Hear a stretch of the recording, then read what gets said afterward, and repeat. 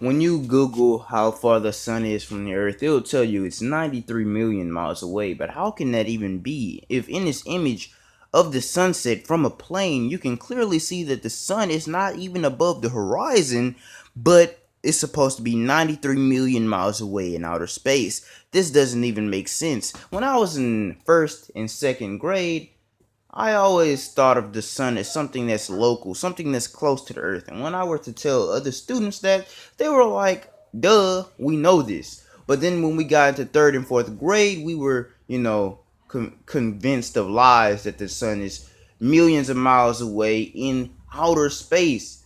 And none of this makes sense because how are you measuring the distance from Earth to the sun anyway if the sun is so hot? Understand that the sun is only a part of the earthly realm. It is local and it is an object that moves around the earth, not vice versa.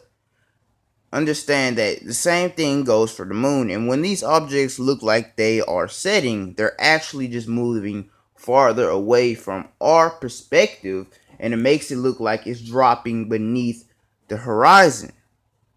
But really, they're just, the same distance from the earth, and they are, different distances from us. So they look like they're going below the horizon. But that's not so, you know, just like if you were to stand 90 feet away from a tree, the top of that tree is gonna be closer to the ground in your eyes. But when you stand 3 feet away from a tree, you know, it's gonna be, the top of that tree is gonna be over your head, right?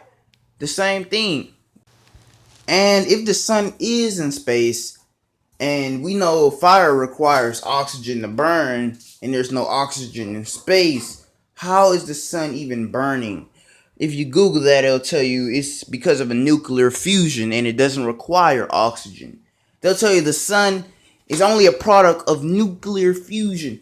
This is the thing. How do you know this? Where are you getting this information from? NASA? Are you taking pieces of the sun and running lab experiments on it and studies? How are you doing this? If the sun's so far away, how do you know how the sun was made? How do you know what the sun is made out of? How do you know these things? All you can do is observe it. If it's so far away, I'm just saying, all you can do is look at it. All you can do is feel it.